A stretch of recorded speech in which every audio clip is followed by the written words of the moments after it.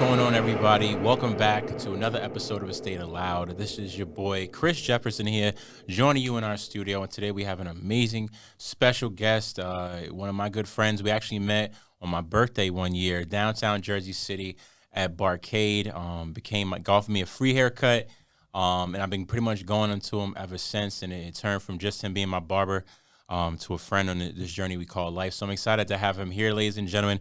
Please welcome to the show, Brandon Ulloa. Yes. Thank you. Got it right. Got it right, my Yes, guy. sir. Yes, sir. Welcome to the show, bro. Super excited to have you on. It's been a while, man. Yeah. Thank you for having me, man. It's a pleasure. Absolutely, man. How have you been? Talk to me, bro. I've been great. Just grinding, man. Yeah? Just putting in a lot of work. Just keeping my head down and just getting to it. That's it.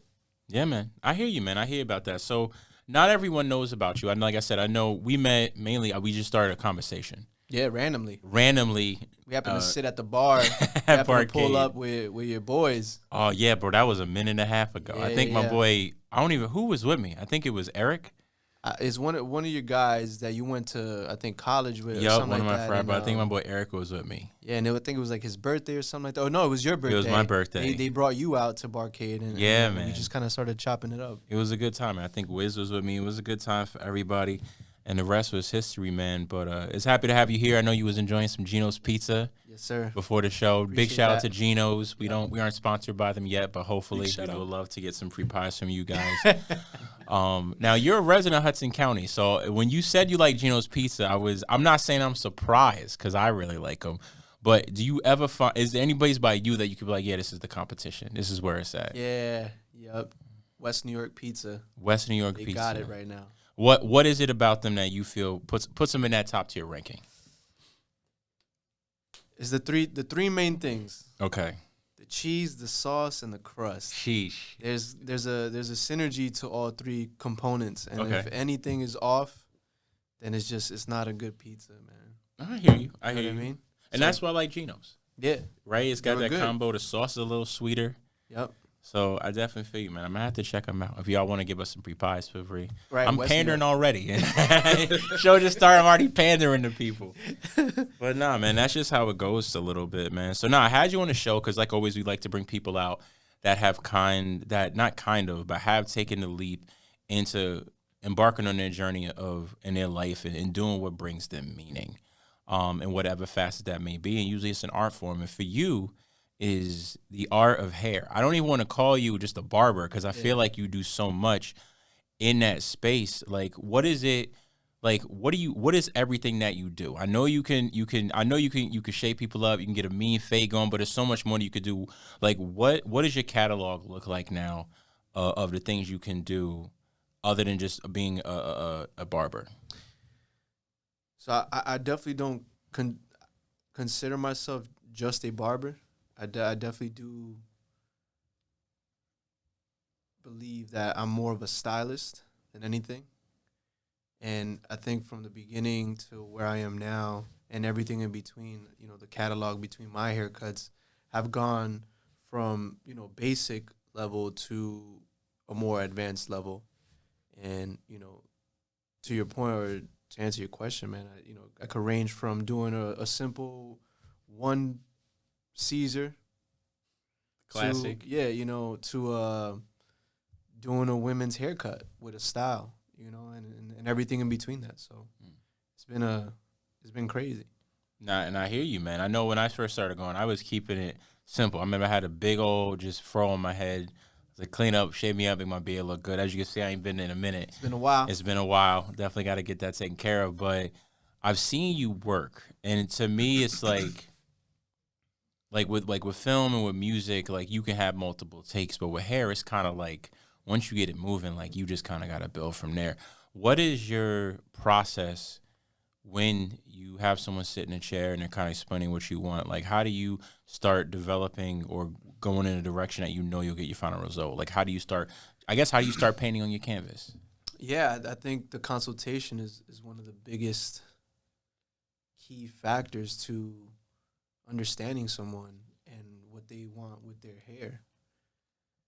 I think it takes a lot of active listening, and that gets built over time. I don't think that's something that you kind of just learn overnight. It definitely takes a lot of experience, a lot of clients, a lot of mistakes. You know, it's definitely not easy. But I think where it all starts is the consultation. Like I said, just actively listening to that client and understanding what they want. You know, asking them open-ended questions. You know, what do you hate about your hair? What don't you like about your hair? Where do you see your hair? What's the final goal for your hair? What's the look that you're going for? So many different things that you start picking up over time, and you know that's how I start painting on my canvas, just getting that understanding with them and what they want. Now that sounds way deeper than what an average barber or hairstylist would do, because like a lot of people, you come in, like you said, let me get a Caesar, boom, sit in the chair, rock you out, you're out the door. But I've been able to witness that progress, because I know when we first started, just working together, and you were working with me, like I remember first session I was like, oh, this is fire. Every session I would come after, you'd be like, okay, yeah, that's it. And I remember like after like 6 months, you were like, all right, that's what I was going for. And I'm like, what is he talking about? Like, he's been cutting it for 6 months, and you're like, nah, it's dialed in now. This is exactly what I want it to look like. This is what I think you're going to like. This is where the goal is. So do you look at, when every time somebody sits in your chair, whether they're new or not, are you looking to improve on the previous design, like, or are you just kind of like trying new things? Where does your mind kind of go with that? I think it depends on the client. Okay. Because, you know, there's some clients that just want to stick to that, you know, like they say, if it's not broken, why fix it? If somebody just likes that particular style, then we're gonna stay with that. But if somebody is open to suggestions, I'm definitely gonna, you know, guide them in a certain way where I may feel like maybe, you know, you shouldn't do a fade. Maybe we should keep it longer. Okay. You know, so it depends on who, you know, who exactly we're talking about, the textures and all that stuff. Texture's a big thing. And I think a lot of barbers get lost in that, because and that's where you lose your passion, where you don't start giving more suggestions, and you kind of just get in this repetitive cycle of like, all right, man, let's do that fade again. All right, cool, same thing, usual. Like you just kind of get lost in that template, and then there's no more like, I don't even know what word I could use, but there's just no more like kind enthusiasm. Enthusiasm. You know what I mean? It's kind of not giving. It's not lighting that spark. Yeah. That once where it's there to get creative, like you may have had in the beginning. Exactly. And but you know, back to what you were saying, I definitely try to continue to dial in that client, no matter who it is. I'm always learning their hair more and more and more. Every time I cut someone, I may figure something out that I didn't figure out the last time, or I might just do something differently, a different technique. I might keep a little bit more weight. I might take a little bit more weight off. I might cut it in a different way. You know, it's just I play around with it if I can. Yeah. You know what I mean? And when I start seeing those results for myself, you know, usually the clients don't usually see the result, or doesn't see the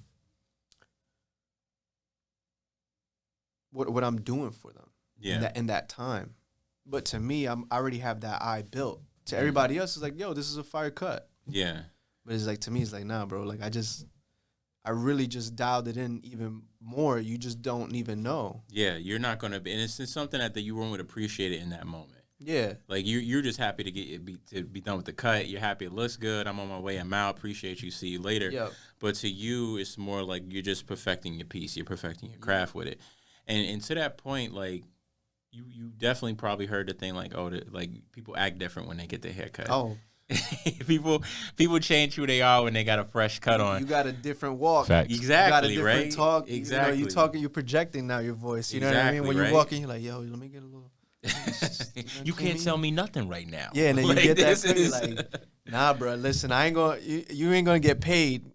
I'm gonna pay you later because I'm about to go do my thing. You know what I mean? Yeah, no, I hear you, man. It's different, man. It's funny because I used to be a client too, and I was actually having a conversation with one of my clients today. I'm like, I don't think I'm ever gonna feel that anymore.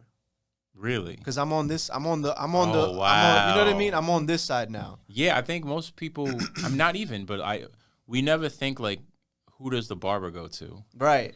I've never even thought about that. Even sitting here with you now, like we don't think it's kind of interesting. Like who does a tattoo artist go to get his work done? Like does a mechanic go to somebody else to get their stuff worked on? It's a whole nother vibe. But with that being said, do you go to someone else to get your hair done? And if you do, what is that experience like sitting with them? I think it's so dumbed down now because it's just like I don't even care about haircuts like that anymore. Sheesh. You know what I mean? Like I used to be that young kid that was at the barbershop every week. Every week. And my mom was like, hey, like we don't got it like that for you. You're getting cuts every week. Yeah. So you can't do this. Yeah. You know? And that was like what I grew up on. It's like every week, no matter what. And now I'm just like, it's whenever I can, and I go to my guys at the shop, which I'm very blessed to like work with like talented individuals. Yeah. And I trust them wholeheartedly with whatever they need to do on my hair. So what shop are you working with at now? Are you the guys at the shop you're at now? Yeah, Montclair Barbershop. Montclair Barbershop. Yeah. How did you come to meet them? Because I know last time we met, you were working independently. I think you were kind of in between where you wanted to go in directions. Sure. And then you made your way to Montclair. How'd that happen? So that's a funny story, but a full circle story for sure. I went to school with one of my classmates, Tiffany, and shout out to Tiffany, love her, we miss you. I got her the job at one shop called Off the Top Barbershop. Shout out to them, Alex and Luce, dope people. Definitely check them out. And we worked there together for like about 6 to 7 months. Long story short, I had left, she had left, and then she ended up at Montclair Barbershop. Okay. So she was working at Montclair. She was doing her thing. I was jumping around different shops around Hudson County. And basically Tiffany, vouched for me and, put in a word with the owner, Tito. And from there, it was just, locked in. I got with them in 2020 after so many shops that I worked at. Yeah. And, when I worked there from 2020, it was like a quick like 6 months that I worked with them. And I had to leave for some family reasons. My mom was going through some tough times at the hospital, so I had to be around the family. And at that point, that's when I decided that I was going to go off and just do my own thing in the studio. But when I got with them during that time, they were such an influence to me in so many ways.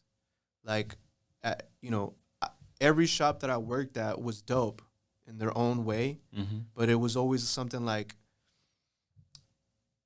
it wasn't my place.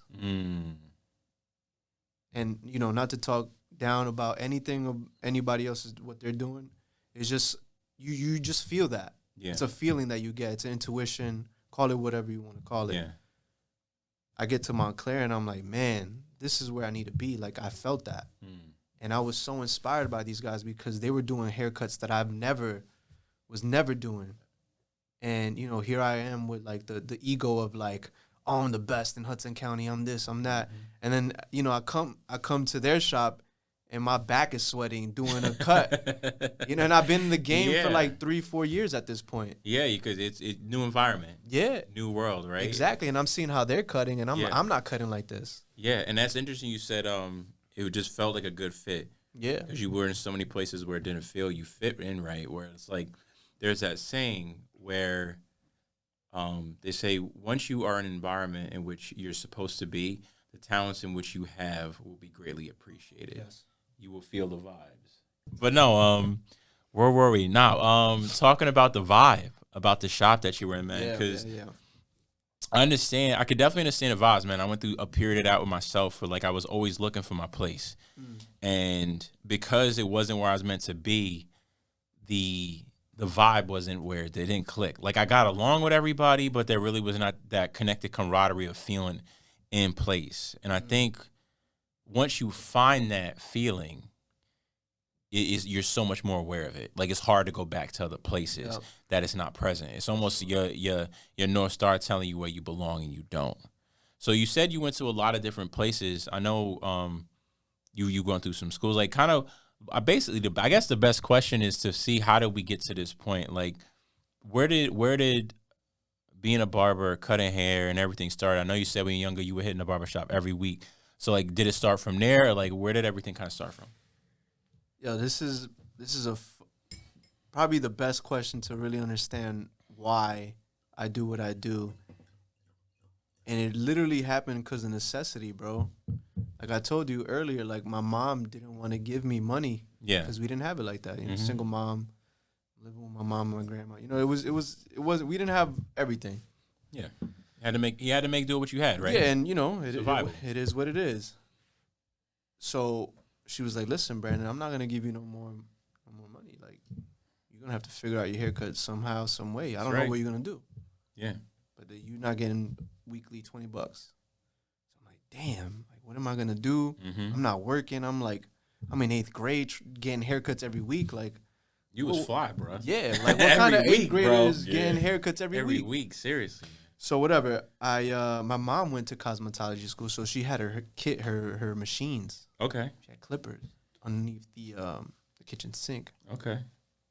That's some old school stuff, bro. Had the clippers underneath the kitchen sink. Type. Yeah. Like let me shape you up real quick. Type. Click. Yeah. Like, let me go. Wait, you gonna grab some dishes? Nah. I'm grabbing the clipper. Yeah. Yo, that's crazy. Don't remind me.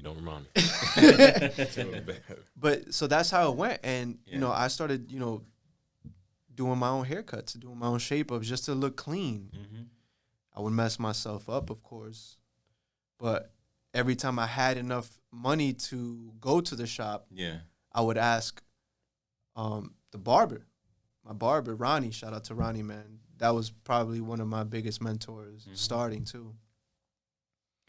And I would ask him for tips, tricks, like, yo, what can I do to clean myself up? Because I can't come to you every week. I want to, I just don't got it. He's like, yo, do this, do that. Try this, try this. I'm like, cool. So I started getting better, and little by little, my hustle was, I'm going to cut my friends. I'm going to cut my friends in the same studio where I cut you. Sheesh. But when I was messing them up, and I was charging them $5, bro. I was $5 for practice, though. $5 for practice, but get this. I did 4 of them. Right. I had my 20. And then you can go get your hair done. Right? So that was my hustle. That's business, right? Because you cut for your friend's hair, $5 a piece. You get your 20 to go get your hair cut every week. Since you look a certain way, they're gonna assume, well, if this dude looking like this, he gotta know how to cut hair. Gotta know how to Let cut. me give him a chance, which brings an important part to, I guess, to branding and marketing. I don't want to go down that rabbit hole yet, but in a sense, the business acumen part is like looking the part, right? And being a part of your craft. Now, I do want to go back to the point where you was like, it's out of necessity.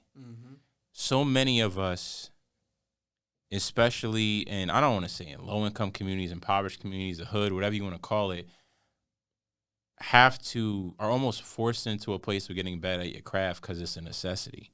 It's a means of survival, or at least upkeeping what you want to maintain in your life, where it can be a little bit different for those that don't have that necessary pressure. So do you feel having that pressure, like, yo, if I want to maintain this life, I got to get up and go get it?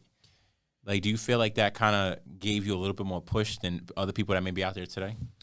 Yeah, man, I think it was a value thing. I think I valued my appearance. Yeah, and that's why it drove me to go do that. But also, shout out to my mom, because if it wasn't for her cutting me off every week, I wouldn't have found this passion. So essentially, it was she kind of pushed me this way. Yeah, not in a negative way. It's just like she was like, "Yo, we can't do this. And you gonna have to figure it out." She exposed you. Yeah, she exposed you to something new, which then became your norm. Right, and then because you were like, nah, this is who I am. This is the level of living in which I want to continue having. I'm going to go out there and go get it. But what's funny about that story is that I did give it up at 16. Okay. So I started like around like 13, 14, went all the way up to like 16, and I just wasn't getting better. A lot of my guys, they were like, "Yo, Brandon, you know, you my guy, but listen, I'm gonna go get a real cut." I'm like, "All right, cool. I can't." Like That had to hurt. I can't knock it. I'm like, Yeah. all right, man, no doubt. So, but obviously that's disheartening, right? Like you were a Yeah. young artist trying to come up in the game, and they closing the doors on you. Yeah, your so own people are not supporting you. exactly. At that point. So you're gonna quit, Yeah, absolutely. and I man. did, and all the way till from 16 to 24, worked so many different jobs. You name it, I did it. Delivery, Taco Bell, pizza jobs, man. I did Bro. Target. I worked at Target. That was one of my first jobs. Man, everything, bro. Anything that you could think of. I was stocking pharmacy shelves and cleaning them. Like, Jeez. you know what I mean? Like, I did it all. And at 21, I started working this job with my cousin for 5 years, a camera gig, CCTV, low voltage. Yeah. That's where I really like understood, like, yo, this is actually a career. Yeah. So I was in a career at 21, mind you, working 40 hours, making some good money. But in that moment of me working that job, I was like, again, going back to the point of like, this is not my place. I don't belong here. Yep. And then in my mind, I'm thinking about all my guys, homie's graduating college with this degree. This guy's doing this. This guy. So I'm like, damn, am I getting left behind? Yeah. You know what I mean? Like, am I not doing anything? What am I doing? Yeah. And I was like, yo, this is not it. This is not my life. Like, I can't do this for the rest of my life. Yeah, man. And so it sounds like you got to a place of comfort, at least financial stability, where you had the time to say, like, all right, I reached this point of financial stability. Is this really what I want to do for the rest of my life? And it wasn't. And it wasn't. Because every time I walked in through those doors, right before I walked into the bay door to clock in, I did this like huffing and puffing thing where I was like, you kind of just get it. Yeah, you were just. I like mentally preparing myself right before just to like deal with it. Yeah. You know what I mean? And it took so much out of me, bro. But again, it's like I'm not going to college because that, school wasn't for me. Yeah. I'll be honest with you. Like, that was just not what I did. 2 years of community college. It just wasn't giving you what you needed. No. It sounds like you were that. Like the job was feeding your pockets, but not feeding your soul. No. And school My was purpose. It was feeding your mind, but it wasn't feeding your soul at that same time. So what's interesting to me is you kind of had this passion for something early, right? But I didn't understand it. But you understand it, like, and it's hard, right? Because did you have anyone in your home that was kind of pushing you to be like, hey, if you're good at something, you love this, go learn, go grow. The whole homies out here helping us today, but yeah, he's flying like around. pushing you to learn and grow in your craft, to build. Or did you have anyone around you that was that example? No, there was nobody like that, man. And not because they didn't want to. It's just, we don't come from that. My family doesn't come from stuff like that. We don't necessarily encourage one another, or we're not too tight knit. You know what I mean? So there was definitely a big disconnect in that. Obviously, my family supported me in whatever I wanted to do, of course, but it was never like, yo, you should do this, you should do that. It was just like, all right, well, if you're not gonna go to, college and get a degree, you're gonna have to work. Sheesh. So for them it was more of like, all right, well, you working a good job, you getting paid. What are you complaining about? They didn't really understand like this is not what was fulfilling me. It wasn't fulfillment. Yes. I was looking for fulfillment. I was looking to be moving with purpose rather than chasing a dollar sign. Now, do you think it took, because you said you worked so many different jobs, do you think it took working those jobs to make you more aware of what your true passion was and how much it really meant to you? I think working all those jobs gave me the experience of working with people before getting behind the chair. To become professional rather than just being a kid and then being a barber. Yeah. Like, a lot of barbers out there aren't professional. And they move with this intention of like, well, I'm my own boss. Yeah. I make my own hours. And it's just like, to an extent that's true, but also again, appearance. Yeah. The way you articulate, how you treat people, right? Yeah.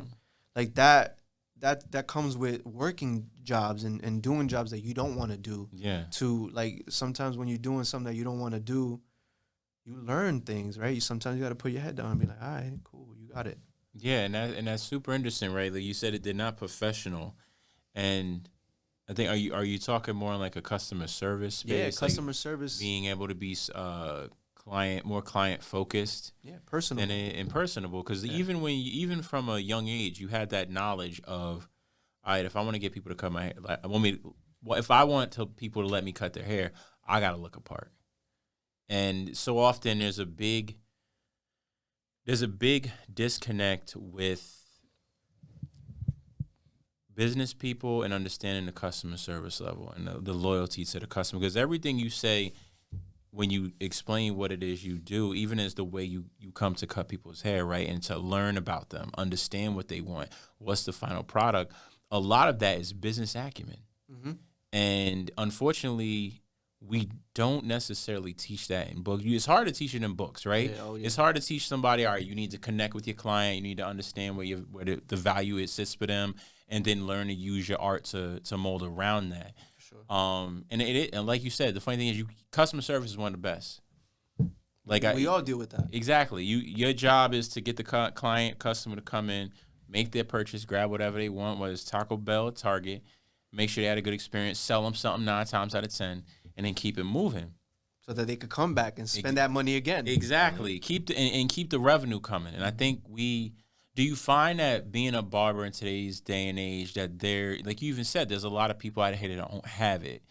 Do you feel that's what separates like good barbers from great barbers, or good stylists to great stylists? Yeah, I definitely do. It's like anything, man. In any industry, the principles are always the same. You get what you put in, right? Mm-hmm. And like I'm always gonna refer back to MJ. Like, look at what he did. He put in an insane amount of hours in the gym, practicing moves, doing this, doing that. Why is he one of the greatest? Because he put in that time. He went the extra mile. In my industry, there's people that are going that extra mile that you can clearly see the difference of experience, the difference of attention to detail, the difference between how they talk to their clients or how they even care, or how they even make their clients feel, to the barber that you'll just go to and won't listen to you. Yeah. And you'll give them a reference picture, tell them exactly what you want, and it won't come out that way. And then the haircut looks choppy. You're paying $20. You're not leaving happy. You kind of feel robbed. You're right. And then you don't even have that glow afterwards when you like you normally would from exactly. a cut. So it's like it's a bad feeling. It's like it leaves a sour taste in your mouth. It's like going to a restaurant and your expectation is like, yo, this is a fine dining restaurant. I'm about to get the best food with the best chef. You get in there, you pay an insane amount of money, and the food was trash. Yeah, Service was bad.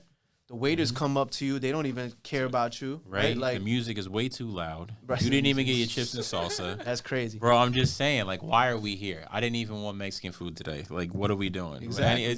I get what you're saying, though. You were saying with the customer expectation, like, just people not being willing to go the extra mile to give the customer what they want. Yeah. Like, and I could definitely see that. Like, there's people that get so good at their craft, they forget why they are as big as they are. They forget why they made the money they made, why their branding is the way it is, why people are coming to them in the first place, and it's usually the clientele, right? Like, the only reason why, like, you're going to buy a Michael Jordan jersey, the only reason why Michael Jordan shoes are so big is because people are buying them, right? Like, and you can't get to the point in your life where I'm bigger than my purpose or I'm bigger than my cause, right? And we see that so often, like, with athletes. We see it with business people. They forget companies. How many times people put out a product, in the beginning the product is slamming, and then all of a sudden they're cutting corners, they're worried about the bottom line, they stop worrying about the customer, and you lose your legacy, your product about it. And it sounds like it has the same thing that's going on in the hair world. Yeah, I mean, I think the beauty industry is beauty industry. Thank you. Yes. The hair world sounded weird. I was like, where am I going No, with this? You're good. The beauty industry is something that's been rapidly changing in the last 10 years. And I feel like there's a big influx of like new stylists coming into the game for the wrong reasons. You know, we have our phones and social media, so everything looks easy, right? Everything is like, oh, this guy, it looks like he's making a lot of money doing hair. I'm gonna do it too. Yeah. It's the wrong reason to get into it. Like, Mm-hmm. there's no real like passion behind it, right? Like, I feel like when you get into something, you have to really like it.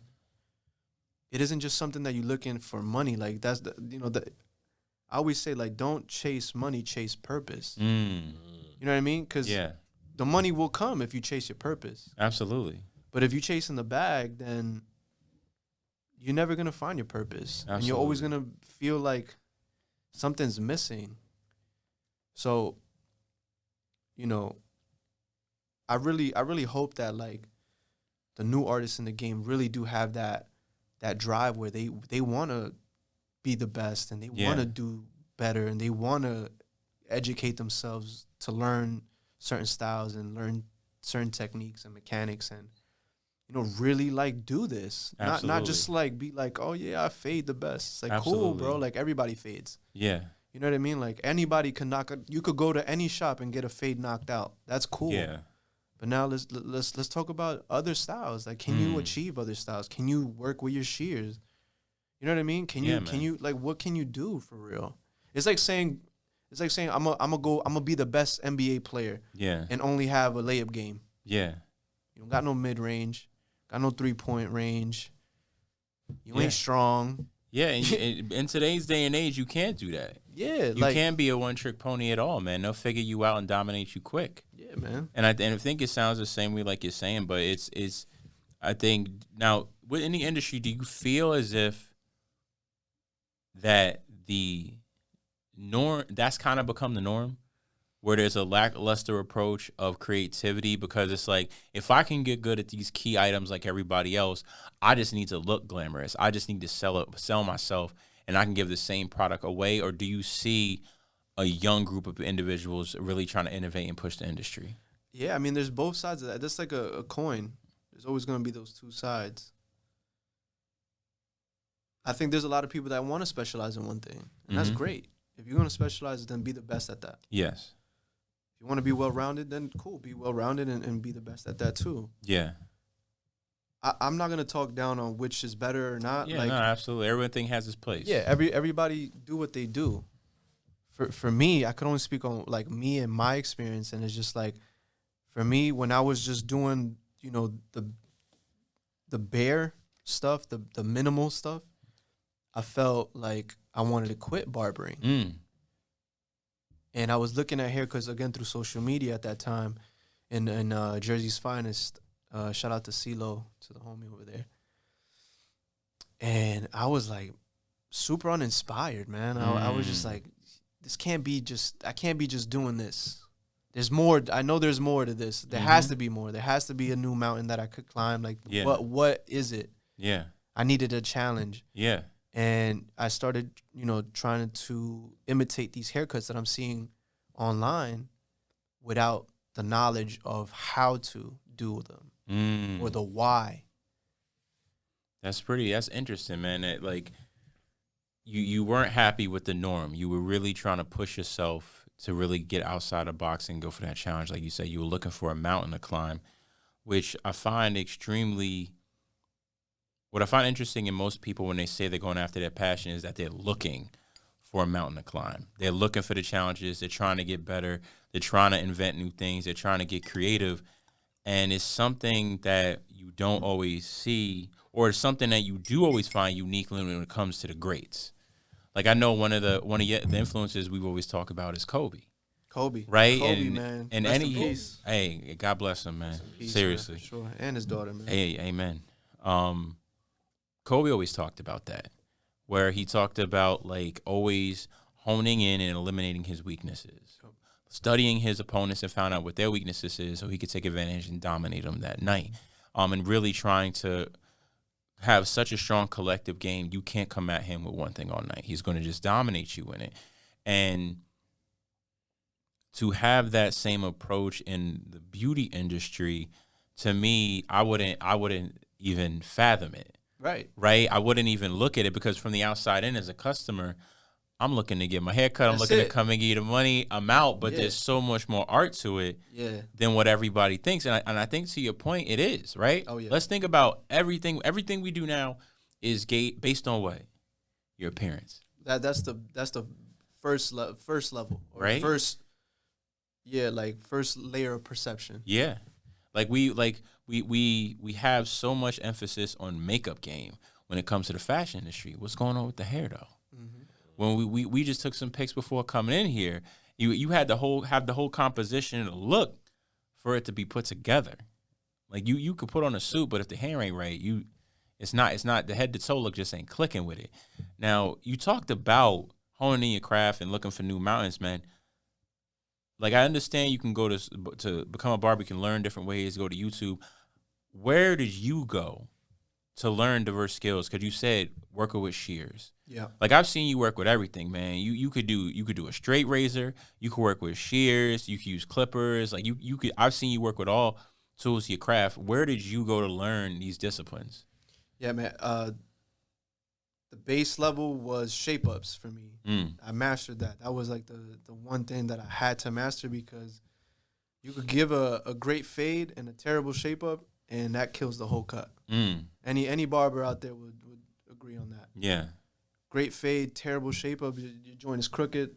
Facts. It's over for you. You're getting cooked up in class. Mm-hmm. Your people's is not, they're making fun of you.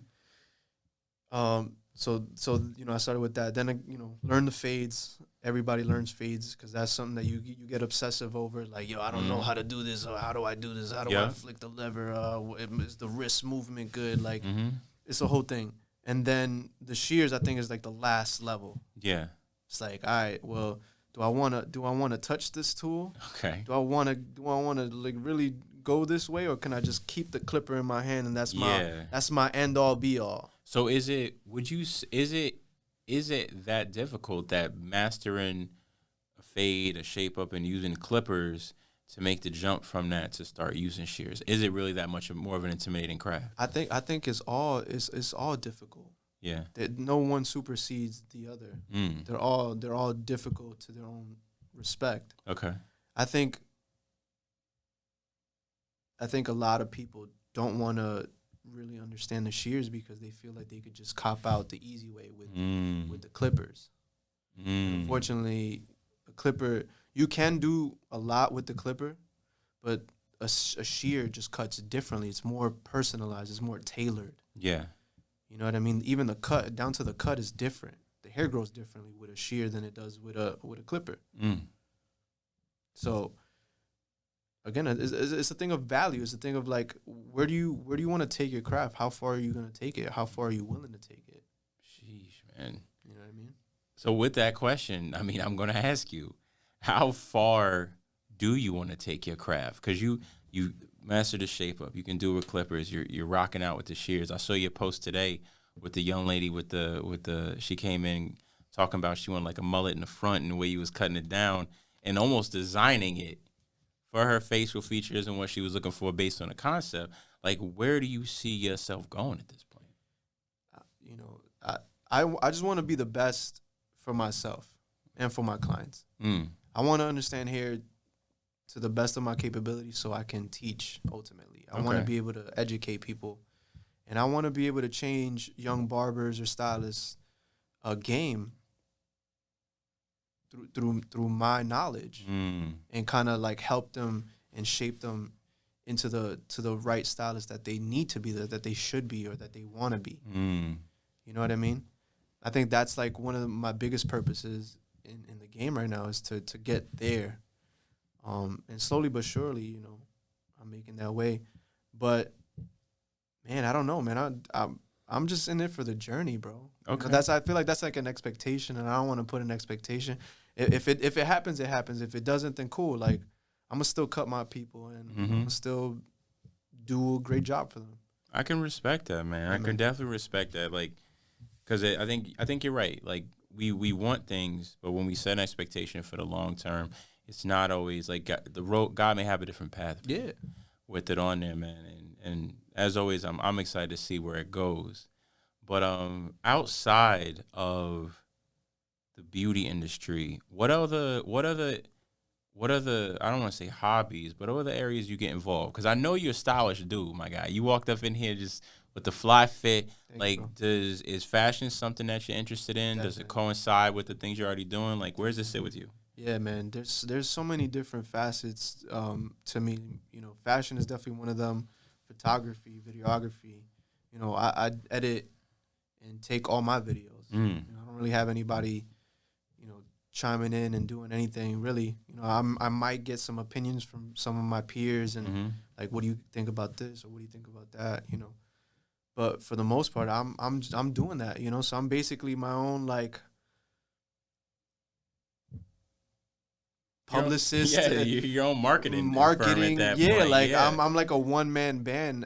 So I think I want to get, you know, obviously as I'm doing all these things on social media and editing and videos and photography, you know, even with that post with that girl, you know, we did like a whole photo shoot, Yeah, man. and I saw that was wild. I'm just doing it on my iPhone, man. Yeah. I don't really have any proper equipment. Mm. Not because I don't want to, but it's just, you know, I haven't reached that level. So, and it's just easy for me to just capture moments on my phone. And luckily, we have these phones now that are pretty quality. They bring you quality pictures. Seriously, the new iPhone, what is the 15? What is it? 15, man, that was 15 crazy. is shooting ProRes, like raw footage on an iPhone. Use it with a external hard drive. Like that's wild. Yeah, A production camera in your hand exactly. to have that longevity, and like you said, just being able to put out these pieces of art Yeah, or for people just to know who you are, man. So it sounds like you kind of like you embody the lifestyle of your craft. You're not just about I do hair, this is it. I'm going about my day, but you embody the craft and the culture yeah, with it. definitely. So, and I know you came in, we played some music on. How much does music and just like hip hop culture like influence the things that you do? Yeah, man, I think that was intertwined from the moment that I stepped into a barbershop. Mm. Yeah. You know, fashion was immediately one of those things that back in that time, you know, my barber was the freshest man I've ever come across. You know, Yeah. it was Yep. not only was, you know, he a businessman, but he was a respected person in my neighborhood, you know? And, you know, he's wearing the Jordans, he's wearing the fresh white tees. Back in that time, it was a white tee or a black tee, you know what I Mhm. mean?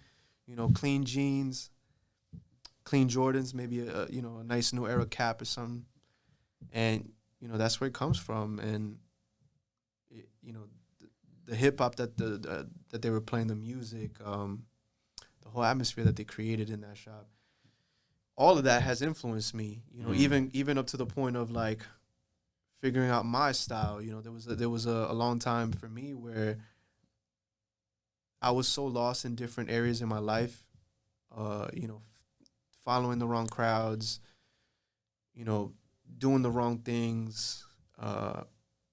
That I wasn't really pouring into myself, so my style wasn't there, my etiquette wasn't there, my mind wasn't there. There was so many missing pieces to what I embody now that I'm still growing and I'm building off those moments or those aspects of my life. But all of that, man, all of those experiences really have culminated what I am right now. Mm. All the ups, all the downs, all the tears, all the happy times, you know, everything. It's just a crazy journey, man. It sounds like it, but it sounds like a heck of a ride, though. It's a beautiful one. It's like a bittersweet thing because, you know, you look back at certain situations and you're like, damn, I wish I could have like handled that a little bit better, you know? Not that I want to say I'm going to live in regret, but it's just like, damn. Yeah. I didn't want to learn it that way. Yeah, Like, you know, you got to I take wanted those L's. Yeah. You have to take those L's. Those are just, you got to take them and let bygones be bygones. Yes, sir. You know what I mean? But and it sounds like there's something you've been comfortable with at a young age. Yeah. From getting involved with this, and more as you learn as you got older. How do you handle taking an L today? That's a great question. I think the way I handle that now is definitely on a calmer note. Mm. And what I mean by that is I don't harp on situations as much as I used to. I try to dissect the problem and I try to be like, okay, well, did I mess up? Was I wrong? Because in any situation, we're human. We make mistakes. We don't handle everything the right way. Mm-hmm. You know, emotions start getting the best of you. Things happen. And you're like, damn, I could have said something better. Mm. So now it's just like I look into myself. I'm like, yo, was I wrong? Mm. I bet I was wrong. Hopefully, if I can make it right, I'm gonna make it right. If I can't, then, and at that point, it is what it is. I got to take that out, and I got to take it on the chin, and I got to learn from that. Mm. I got to make sure that I'm like, okay, well, this isn't the way I need to handle these situations. Right. Next time this arises, I have that experience. It's up to me to decide if I'm going to go that same way or not. Mm. And that's a lifelong battle. Very much so. So I don't have that figured out, but that's how I'm moving with that Mm. in those moments. Yeah. Sheesh, man. Like, so I'm gonna assume were you always this self-aware? But if you weren't, hell no. Because I'm like, hell no. Like, bro, I can imagine you sitting there like, oh, man, I'm just trying to get this $20. I'm sorry, guys. How can I get your shape up a little better? Come on back tomorrow. I'm gonna try again. But like, but that's to that point of being that level of self-awareness and kind of putting that ego away. Yeah. And being like, if I really want to be good at my craft, Mm-hmm. I gotta be willing to say I'm not the best right now. No. I can always get better because there's gonna be a day where you're gonna be at the top of your I don't want to say your class, but the top of your profession. You're gonna be rocking and rolling. You're gonna be in demand. People hit you up. Yo, come cut my hair. Come fly me out. You're gonna be walking on the runway with shears, and they're gonna be like, yo, everybody's hair was done by him today. You're gonna be in that craft, and even at that point, you're still gonna have to be like, all right, well, that was fun. We did good. How can I learn from this? Yeah, always. Like, what do you think was an integral part for you gaining that level of self-awareness and being okay with it? 2020. 2020, not Pandemic. the TV show. No, the pandemic. COVID did it. COVID did it. Oh, got him. Yep. COVID did it. Yeah, man. Yeah. Lockdown. it was tough, man. That was a tough situation, man.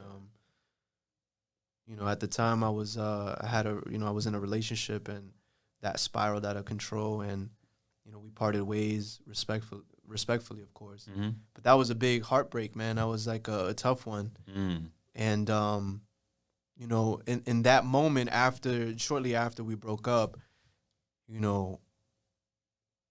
I was just drinking, smoking, not doing anything throughout the whole pandemic, man. I was just bullshitting. Inside Netflix and drinking and partying. Just fucking around, man. Jeez. Wasting time. Everybody, there was a lot of people doing a lot of positive shit. Unfortunately, I wasn't. And I'm going to just have to keep it a stack. I can't lie. I'm not going to sit here and lie. And, yeah, so once we broke up, I looked in the mirror. And I'm like, am I going to get bitter or am I going to get better? Sheesh, say it again for the people on the gram. Yeah. And that's what it was, man. I looked into the mirror and I really questioned myself. I had a lot of moments during those times, going on hikes by myself, 6 a.m. every Sunday. I still remember leaving my phone in the car. I had a little joint rolled up, had a book, and on these walks, man, I was just with wilderness and that energy. I'm sorry? The ancestors. Exactly. And it was such a crazy, I don't even want to say crazy, it was just like an anointing feeling, bro. Mm. And during these walks, man, I would cry, bro. And I would have these questions and to myself, am I a bad person? Mm. You know what I mean? I'm not gonna sit here and say that I'm the most outstanding citizen. I've done some fucked up shit. I've whatever. I've made my mistakes. But I don't think that anybody that thinks that they're a bad person is asking themselves if they're a bad person. Mm. You know what I mean? But yeah. I dealt with that one question. That was a question for that whole year, man. And that really, it spiraled me. And I was like, yo, I need to change my mind. My perspective is not it. Started reading books. One book that I read in that time, and one of my clients, Tyler, shout out to him, he was like, yo, you should read The Way of the Superior Man. Fire. Oh my, we all. Bruh. Yes, sir. I read Yes, that sir. for like the 4th time. Look, Yes, it's sir. right there. Yes, sir. It is right up there. Yes, sir. Yeah. Yes, sir. There you go. You see, I didn't even read that one. I mean, well, I didn't see it there. Yeah, but I read it. Yeah. And bro, Fire. there was so many moments in that book where I was like, "Yo, I'm wrong." Mm-hmm. You know, like immediately, like moments of that I handled completely wrong, just flooded my brain, and I was like, "Yo, I was wrong here. I was wrong there. I was wrong here. I was wrong here. I was wrong there." Yep. But I was like, "Yo, but my heart was in the right place. I just ain't handle it right." Yep. So it's like my heart is in the right place. It's just the way I go about it is Mm-hmm. wrong. You know what I mean? Like that's a me thing. Yeah. It's nobody else. And yeah, man, I picked up another book, The Four Agreements. Good book. What else? Picked up Jay Shetty's book, Think Like a Monk. Oh yeah. Big shout out to him, man. Yeah, hell yeah. Fire. Who else, man? I can't really think of all of them at this moment, but needless to say, those books changed my perspective. Absolutely. And man, that was like the starting piece to, you know, self-awareness, Mm-hmm. moving with intention, being a little bit more open, Mm-hmm. vulnerable, and, you know, giving love and not being too like standoffish and Yeah. talking a little nicer and, you know, just being soft and calm and you know, just being in that energy, man, Yeah. stepping into that. And of course, there's times where I've kind of deferred from those moments, but then there's other times where I get back into it, and then it's Right. just like it's like a up and down battle, man. It's just like it's you against you, Mm-hmm. and you got to check yourself at the end of the day.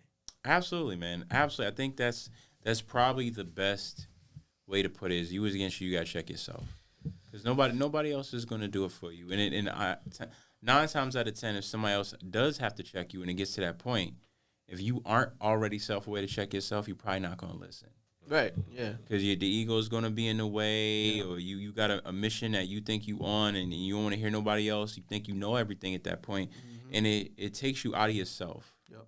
You kind of get set in stone, and you're not being able to be molded and refined into who you need to be and to absorb the knowledge you need, right? Because I can remember being a young man and thinking in my mid-20s, like, I got this figured out.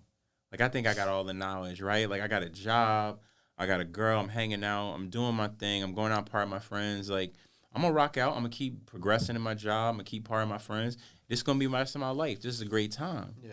And I think I got to the age of, like, 25, and I'm like, yo, is this it? Like, we've been doing this for a couple years now. It's been, like, 4 It's years. fun. Like, Yep.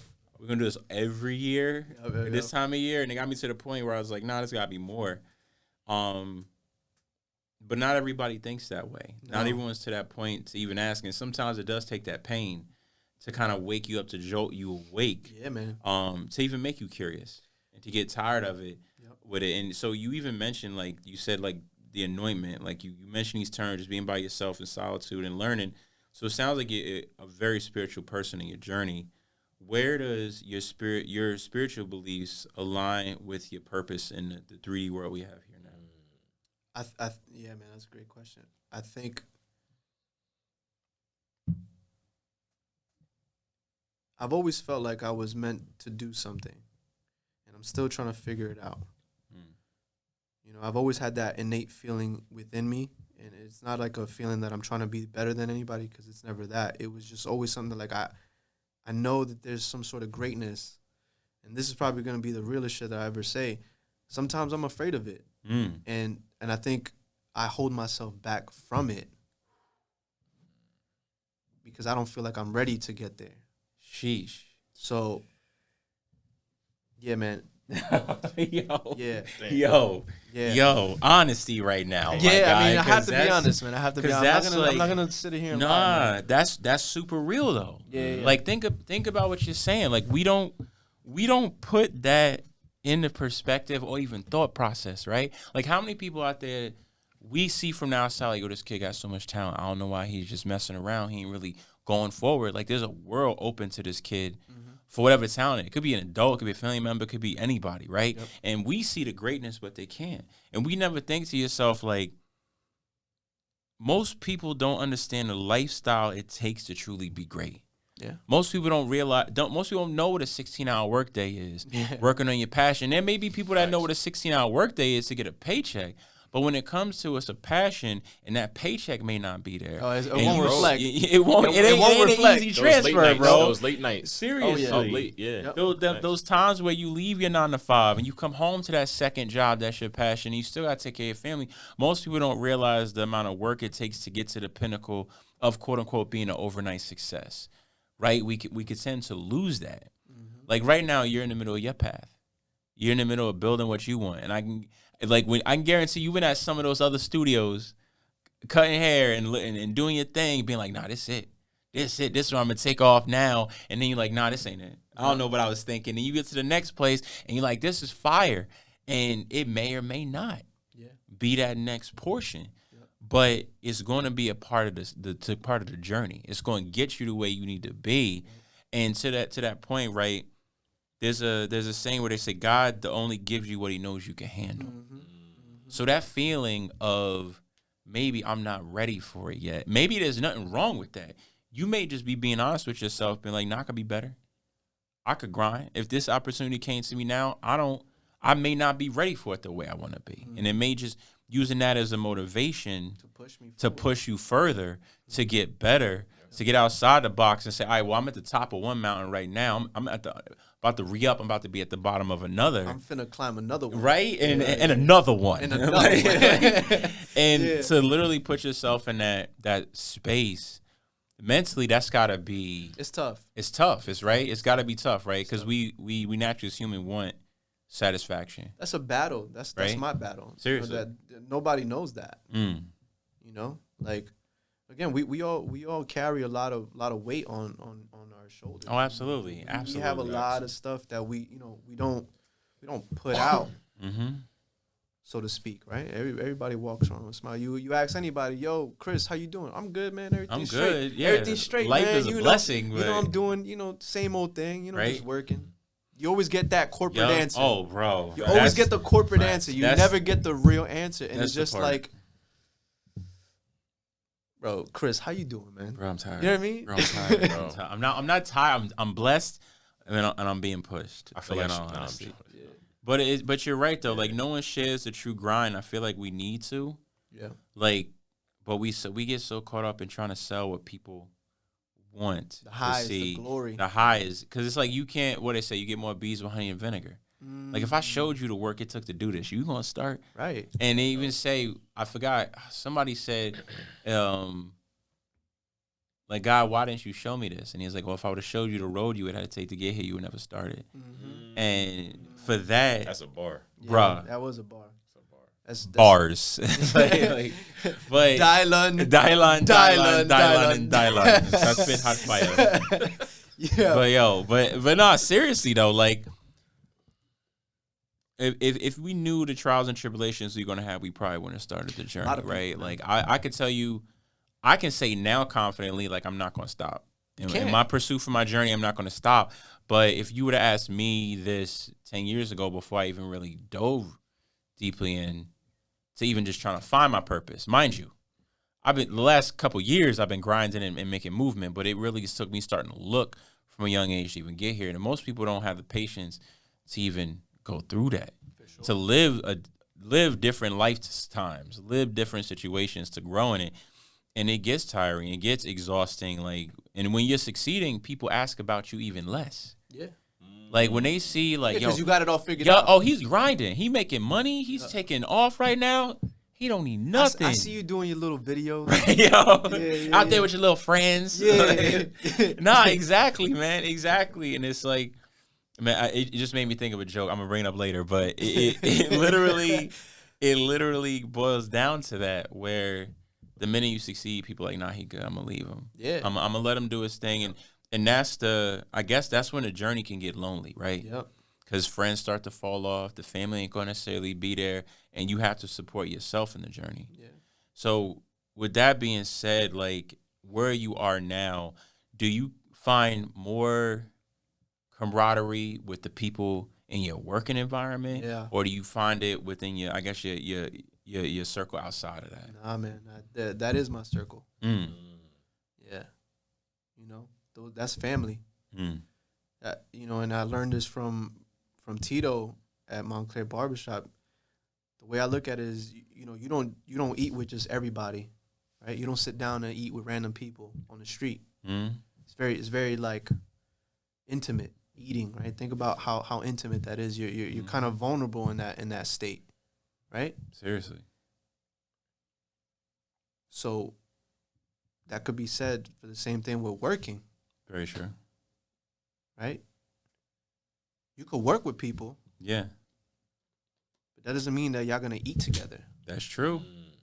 That's facts. That's real. That's super facts. In the business world, I could like you. But I don't want to fuck with you. Yeah, You know what I mean? seriously, it's not gonna go down like that. Pardon me, but again, no Facts. lies being told here, and I don't take credit for that. That I learned that from the OG Absolutely. Tito, and shout out to him and to everybody at the shop, really, because I've learned so much from each individual. Tito, Kev, Dylan, Jacob. You know what I mean? Those are my guys, man, and yeah, that's family, man. I share a lot of interests with those men, Mm. and I see eye to eye with a lot of them in many different facets, and they get me. Mm-hmm. My family don't get me, but I still love them, That's right. and they love me, That's right. and I'm not gonna blame them for that. Mm-hmm. So it's just like, blood. What's that saying with blood water is thicker? What's that saying? Blood is thicker than water. Yeah, but it's just like you can have a family member, but it don't really matter. Mm. So there's the family you're given and the family you choose. Yeah. And I think we tend to lean on the family that we are given is there forever, and the family we choose is always voluntary. But I think you can choose who you consider as family. Yep. Not to say your family's not. Like, No, I that's think my family. I love it's them, man. we always down the ride. We know who raised us. We know Yep. who gave it to us. But it's like Always. your chosen family has a different feel to it. Because it's like you kind of got picked to be in this circle. You came into my life for a reason, and we vibing. Right. Whether it's for a day, a week, a month, a year, whatever it is. Right now, we vibing. Right. And we're going to keep building on it. And I think it hits a little bit different because I feel like the family that you choose is a voluntary process. You're here because you choose to. Yep. Yes, family could leave. It's still voluntary, but it means a little bit something when you got that last name in that bloodline. Oh yeah. And it can rock out in different ways. You definitely worked in different places at different times. Do you feel like as you get into different chapters of your journey that the people around you start to change, or do you feel like you still have a core group that's still there? Yeah, I think everybody's changed. I've moved in such a different direction that I don't coincide with a lot of people. Wow. And not because of anything negative or anything like that. It's just, you grow apart. That's true. You keep growing. You're growing in your direction, and the people that are meant to be on that journey will be there. And the people that are not meant to, that's what it is. Whew. You know what I mean? Dropping dimes in here, my guy. We're dropping dimes in here. But I don't want to take it too far because I feel like where we're sitting now in this journey is a good place. But I definitely want to ask you because you're not done on your journey. Far from it. I think Let's you got a get lot of started. amazing things going on. I'm excited to be back in contact. That hair's growing out. I got to figure out some of this. We're gonna move with it. But I gotta ask, what is some advice or piece of advice you give to a young person in this day and age right now that feels that their journey is kind of pulling them in the beauty industry and they're looking to get started? I'd have to say, and I'm going to give this advice to my younger self coming into the game. And for those listening, take it for what you may take it as. I wish I had somebody to tell me that if I'm going to step into this, it's not a half step. It's either you in it or you're not. It's black and white. That's it. There's no gray. If you're going to really do this, do it and see it through. And learn.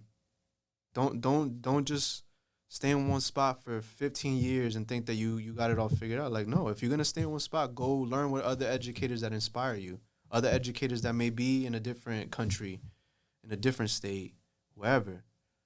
Learn from those people and use what you learn from those educational courses and implement it into your own game and build your own style. That's what's gonna make you different. That's what's gonna make you stand out from whoever you're working with or whoever, is the competition, so to speak. And definitely make this profession, this craft, make sure that you have a passion for it. Because if you're getting into it for the money, it's going to eat you up and it's going to spit you right back out. Yeah. Well said. Yes, for sir. that, my friend. So, I mean, and then I definitely want to end on this note because we like to give people some kind of well-drawn-out paths to get into their craft. What are some of the resources you think someone starting out or even someone that wants to continue learning their craft in the beauty industry, what are some of the resources you think they can utilize to just learn, get better, and get started? Yeah, I mean, now more than ever, there's a bunch of education out there, whether it be online or in-person classes, look and learns, hands-on training. There's so many people educating out there that it's in everybody's face now. Mm-hmm. Some of the spots that I've gone to learn, I've gone to Poughkeepsie, New York, which has been, I'm actually going this weekend to a 5-day course that they're hosting, Vital Barbershop.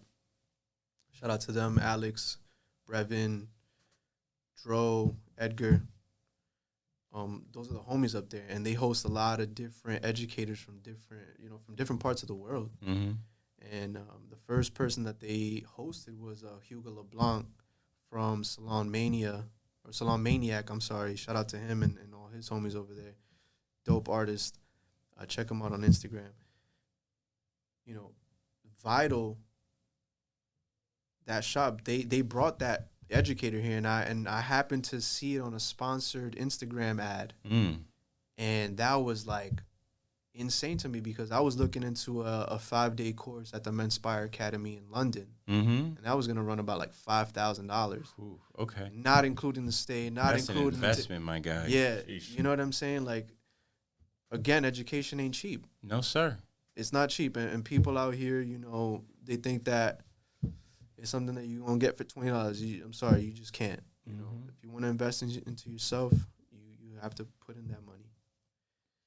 Amen to that, man. You gotta put your money where you do. You know what I mean? You got to put your money where your mouth is, and you got to be able to. Is that a pause these days? Can we even say that? Whatever. No, anyway, moving moving on. We're going to let that ride. We're gonna let it ride. That's a long time saying. We're going to let it go. But I think you're absolutely right. Like, investing in yourself, your craft, especially to everybody out there, no matter what it is, investing in yourself, investing in your craft. Knowledge is key. Investing in your tools. Yes. In your craft, get a good set of tools, man. You obviously starting off, you don't have to because it is expensive. It is expensive, but so if you're definitely a new artist, go with the moderates. Go with you. Get in the game. Get in the game. Get your feet wet. Just dip your toes in a little bit. Yes, and then when you can, keep moving, keep growing, keep going. I think that's something huge that we need to Another stick piece on. of advice, Please.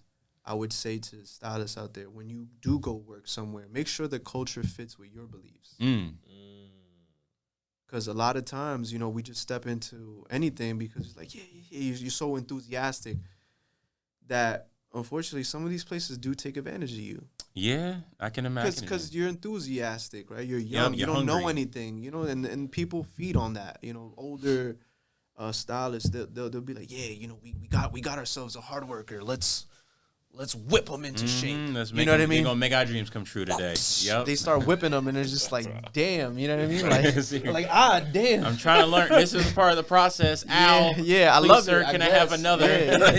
You know what I mean? So it's just like, it's just definitely make sure that the culture fits with your beliefs. No, absolutely, man. You know what I think that's wholeheartedly true. Keep searching until it gets there, right? Yeah, man. Keep searching until the top's about to come off. Oh, damn. Hey, you gotta take the top off. Fancy water, bro. Gotta take the top Fancy off. water. It was camouflage. Fancy water. But I think you're absolutely right, man. Like, find your tribe. Have to, man. And If find not, your build vibe. it. Oh, bro. Yeah, don't be afraid to go out and build. I know a lot of people, we don't even talk about networking. and how it helps people grow, because That's another thing, man. like just networking, putting yourself out there, letting people know what you do. Like, to the fact, back in the beginning's conversation, we met Friday night. I think it was a Friday night at Barcade, Jersey City. Random. And you're just talking. Like, I'm chilling there. I'm at the bar, at the corner of the bar. Yo, who cuts your hair? Oh, I got my dude over here. Yo, I'm a barber. Yo, if you want, I'll give you a free cut for your birthday. If you like it, come back. Look, you and said, then after that you free said cut, it. I was like, yo, let's go. Man, let's go. You don't understand, bro. Like, the amount of free haircuts I've given, and I still do. You know what I mean? Like, people don't understand, like, all the different facets of the journey, man. Like, a lot of people's like, nah, you can't give anything away for free. I'm like, well, no, that's wrong. It's incorrect, because if you're confident in your quality of work, give it away for free. Yeah. Give it away for free. What's gonna happen? You giving your sauce away? Right. First of all, somebody gonna take your haircut and be like, yo, copy and paste this. Yeah, like, no, like, I've need another one. Yeah, what I've said is, yo, you could give somebody your recipe, but they'll never cook like you. You could the whole book. Yeah, bruh. Still can't do it. No, because they're not you. They're not you. You true. unique. You have a touch that nobody else has. Bro, down to our fingerprints, bro. Like, none of us have the same. Literally. You get what I'm saying? Like, Literally. we're different. Literally, bro. Literally, bro. real peace, bro.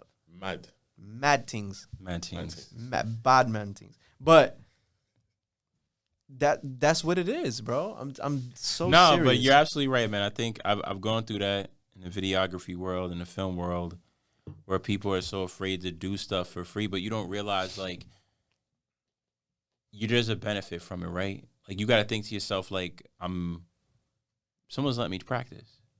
I'm getting to try something on a small stage that, if this works out, I can execute on a bigger stage. Yeah. So the check might not be here today, but it's going to reflect later on. Yeah. And so that key, man, that's why, like, yeah, I don't mind going the extra mile for clients. I don't mind going above and beyond. I work on teams where I'll give you extra information. I'll go above and beyond. Oh, you just wanted videography? But I bought my stills camera just in case you wanted something. Like, not everybody, because you got to know your client. You gotta know when you when you can push, because you do get to a point where, like, you don't want people to expect more without compensation. Yeah, or exploit you. Or exploit you, exactly, man. And there's definitely a lot of people out there looking for that, especially for young talent. So you got to just be aware of it. But don't be afraid to practice. Know who genuinely you can work with. If you get that calling and that feel, like, you know what, let me help this person out. That's a big key for free, right? Yeah. Don't do something for free when you know they have the budget, when you know they have the means, and they only trying to, like you said, exploit you, because they want to get your work ethic to help them do something. But if you just have somebody you genuinely believe in, or connect with, and y'all vibing, and you're like, you know, I'm gonna help this person, follow that gut, right? Follow that gut and that intuition, saying help them, because you never know where that's gonna lead you. You don't know what you're receiving back, what they're receiving back. And I find in the game, if you lead with being able to help others, your mission is led through the betterment of others, and in society, it's going to be a little bit easier to hit and allow us to keep growing. Yeah. So I hope people could take that away. And don't be afraid to do it for free, but know when not to do it for free, man. So, but, man, this has been a heck of a show, my guy. I think we rode the roller coaster. There was so much more, hills. Man. Seriously, no, I think there was so much more to cover, but, you know. Part 2 coming soon? I mean, yeah, we definitely have to have you come back, especially since you're still on your journey. That's one thing I really want to do is grow with the show, grow with the people watching, share your journey. Hopefully, people could check you out and see where you're at in Montclair. So please take a look in your camera. Let the people know where they can check you out, what you're doing, what you got going on, where they can follow you. Yes, sir. Sure. So, again, my name is Brandon Ulloa. I'm in Montclair Barbershop. I'm one of the stylists there. Come check me out. Come check the shop out. You don't have to book with me personally. All of our stylists there are amazing. We have the world of knowledge, the world of experience amongst our group. And come check out the spot, man. The spot is dope. We do cool haircuts. We really care about our clients. Check me out on Instagram, Brandon Ulloa _ULLOA. TikTok, I think it's 747 Studio. Okay. Yeah. That one's a little rough right now, you know. Trying to figure that one out. Okay. And hopefully on YouTube soon, man. I'm trying to definitely start a YouTube channel and kind of like do some educational stuff. Do some longer length videos. Good stuff. Give some value back. So, yeah, man. That's pretty much that. So, I look forward to seeing you guys there. Beautiful, beautiful, man. Well, as always, I'm pleasure to have you on, man. Your story has intrigued me from the first time we met and got to talk. It's definitely a pleasure of picking back up with you, hearing about your advancements in your journey, and just the level of inspiration that you give to the world and you receive from the world around you. Yes, sir. So it's a pleasure. Can't wait to have you back again. We'll talk about the next chapter. But if you guys definitely enjoyed what you heard and what you saw today, you can check Brandon out by clicking his stuff in the link below in the bio or in the description, depending on where you're checking us out. Check out everything in the description below. We're going to have his YouTube. We're going to have his TikTok. We're going to have everything else. We're going to have a link to the barbershop as well. So if you guys do want to book an appointment and see what he could do for you, definitely check him out. It'll behoove you. It's behooved me. So definitely go check it out. And as always, man, I want to thank you guys for tuning in. Brandon, thank you once again. Big shout out to AJ over there behind the controls. Yes, sir. Big man things, yeah. Big man things all Big day. man things in it, yeah. So if you guys enjoyed the show, definitely you know what I'm going to ask you to do. Like, subscribe, click the bell, do all those wonderful things. Follow us on the gram or wherever you can find us here at The State Aloud. I'm your boy, Chris Jefferson. As always, peace. Peace.